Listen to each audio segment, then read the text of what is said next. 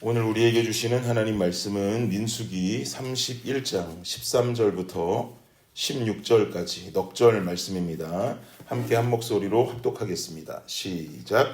모세와 제사장 엘르아살과 회중의 지도자들이 다 진영 밖에 나가서 영접하다가 곧 싸움에서 돌아온 천부장들과 백부장들에게 노하니라. 모세가 그들에게 이르되 너희가 여자들을 다 살려두었느냐?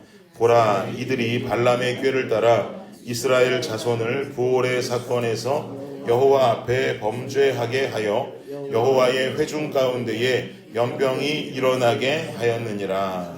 아멘. 아멘. 우린 지난주 말씀에서 여러분 기억해 보시면 미디안 족속들에게 원수를 갚으라 라고 하는 하나님의 명령을 보았더랬습니다. 미디안 족속들에게 원수를 갚으라. 이 원수를 갚으라라고 명하셨던 이유는 모아방 발락이 주술사로 유명한 발람을 청해서 이스라엘을 저주해 달라고 했던 사건이 있었어요.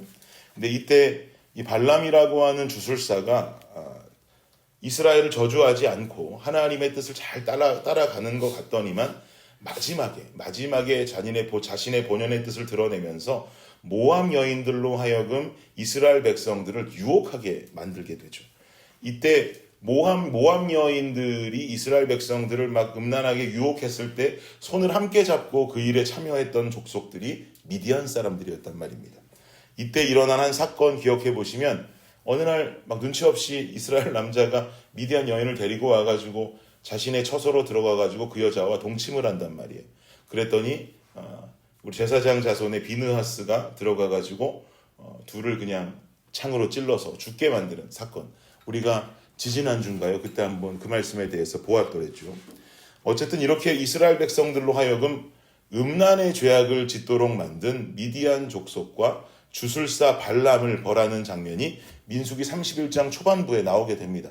수많은 사람들이 죽게 되고 그때 발람도 동시에 죽음을 당하게 됩니다.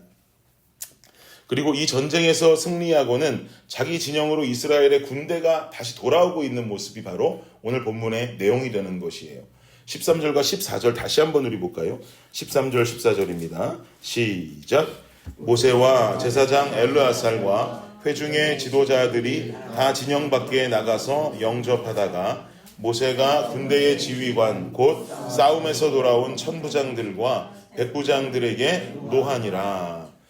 미디안 사람들을 상대로 대승을 거두고 돌아오는 이스라엘 군대를 맞이하기 위해서 모세와 제사장 엘르아살 그리고 그 당시 이스라엘 회중의 지도자들 리더들이 진영 밖으로 그들을 영접하기 위해서 나와 있어요.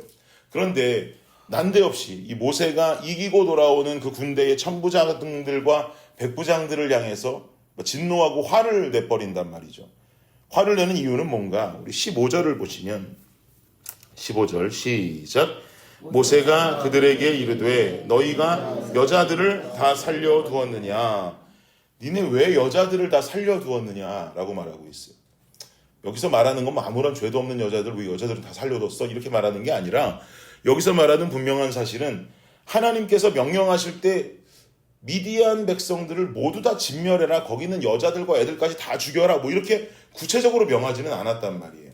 그저 원수를 갚아라. 미디안에게 원수를 갚으라라고 하셨을 뿐이지 모조리 다 죽이라든지 여자들까지 다 죽이라든지 이런 명령은 성경 어디에도 나와 있지 않단 말이죠.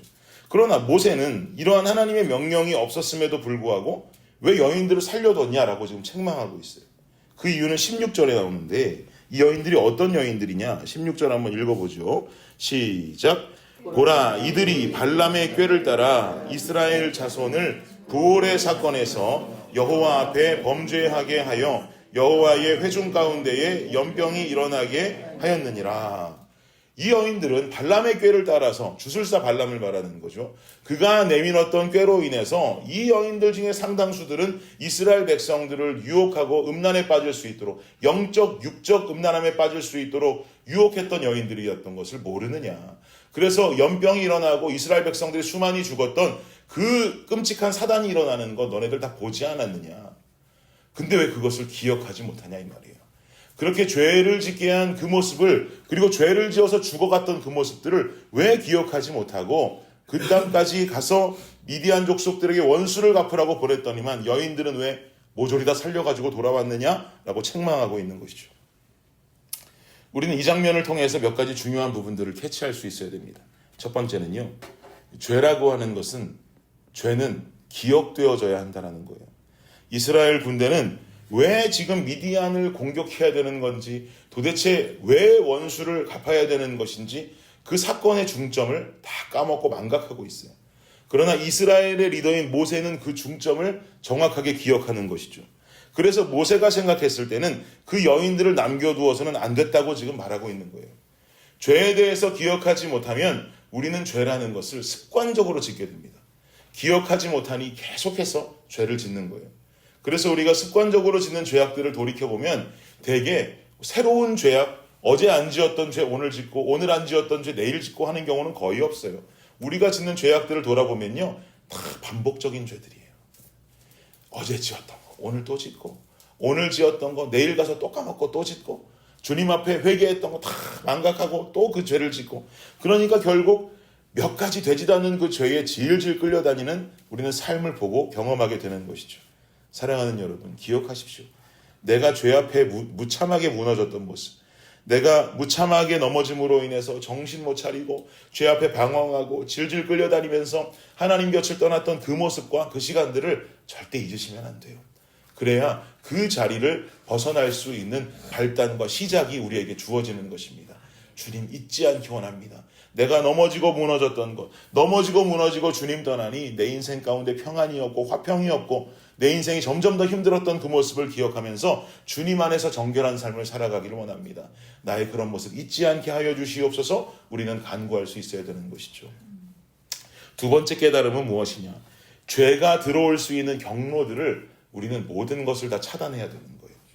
모세가 진노하는 이유는요, 미디안 여인들이라고 하는 존재 자체가 과거에 이스라엘로 죄가 들어오는 경로로 사용되어졌던 존재들이기 때문에 그렇습니다.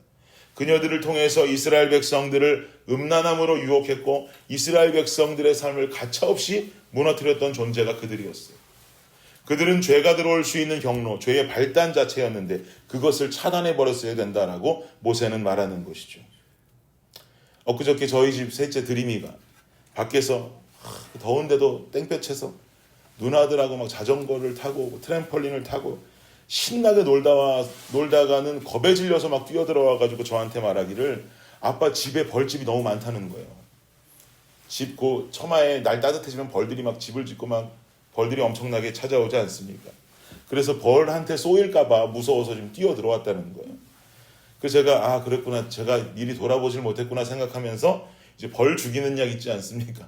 가까이서 쏘는 거 말고 저 멀리서 이렇게 쫙 쏘면 그냥 닿자마자 죽는 약 있잖아요. 그걸 들고 나가가지고 벌집을 보니까 한 3군데 벌집이 있더라고요. 벌집을 향해서 이렇게 약을 뿌리는데 그 약에 닿자마자 그냥 벌집이, 그 조그만 벌집 안에도 어떻게 그렇게 벌들이 많이 들어가 있는지 그냥 우수수수수 막 그냥 떨어지는 거예요. 뿌려가지고 다 죽이는데, 그 중에 마지막 거에 이렇게 제가 대고 뿌리면서 이 벌집은 내가 얼마 전에 여기다가 벌약을 뿌렸던 곳 같은데 라는 생각이 드는 거죠. 저긴 분명히 내가 뿌렸던 곳 같은데 라는 생각이 들고는 그래도 그냥 뿌렸더니 그 안에서 벌들이 나와서 우수수 죽었습니다. 벌약을 뿌려서 그 안에 있는 벌들을 다 죽이기는 했는데 제가 가만히 생각하면 거기는 뿌렸던 것 같아요. 생각을 해보니까 벌약을 뿌렸으면 벌집을 이렇게 나무라고 해갖고 이렇게 때려가지고 다 떼버렸어야 되는데 뿌리기만 하고 다 죽었는 줄 알고 그냥 들어가 버렸더니 나중에 시간이 지나서는 거기에 다시 벌이 지집인 줄 알고 오더란 말이에요. 참 이게 신기하더라고요. 여러분 이게 무슨 말이냐? 경로가 있으니까 벌이 다시 오는 거예요. 완전하게 다 떼버렸어야 되는데 나무떼기로 이렇게 해가지고 다 쳐가지고 부셨어야 되는데, 떨어뜨려서 버렸어야 되는데 그 마지막 걸 안 했더니 벌이 다시 오더란 말이에요. 그래서 또 나무를 갖다가 그거를 떼고 저것도 떼고 막 벌집들을 막 마지막까지 다 그냥 떼버렸습니다. 그래서 경로를 차단하는 것, 벌을 잡으려면 약을 쏘고 마지막에 그 위치가 높다면 막대기를 들고서라도 벌집을 완전히 다 떼버렸어야 마무리가 되는 것인데 그러지 못하니 뭔가 다시 찾아오는구나라는 것을 보게 됐단 말이에요. 여러분 삶을 돌아보세요. 여러분 삶에 여전히 남아있는 벌집은 뭡니까? 여전히 경로를 제공하면서 언제 다시 돌아올지 모르는 죄악들을 은근히 기다리고 있지는 않습니까? 요 벌집마저 떼버리면 안 돼. 요거는 남겨놔야 돼. 그래야 내 인생이 재미가 있지. 요 정도는 남겨놔야 내 인생에 기쁨이 있지.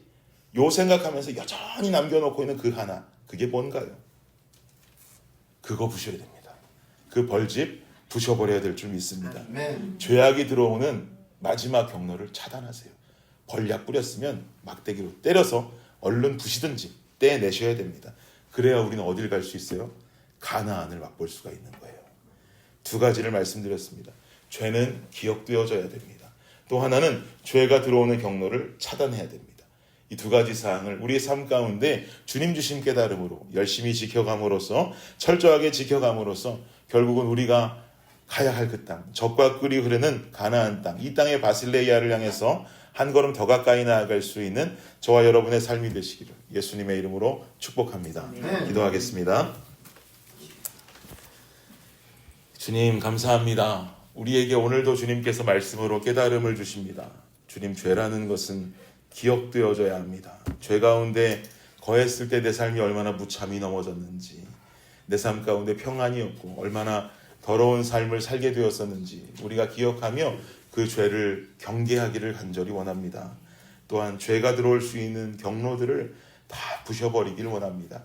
우리 성도님들 마지막까지 붙잡고 있는 그 하나의 벌집, 그거마저도 막대기를 들고, 성령의 막대기를 들고 쳐내면서 마지막에 이것을 쳐냈을 때에 찾아오는 온전한 기쁨, 세상에서 누릴 수 없는 그 기쁨을 누리며 살아갈 수 있는 우리 모두가 되게 하여 주시옵소서. 그러므로 말미암아서 이 땅에서 주님의 나라, 하나님의 통치, 바실레이아를 누리며 살아갈 수 있는 우리 온 성도님들이 되게 하여 주시옵소서. 감사합니다. 예수님의 이름으로 기도드립니다. 아멘.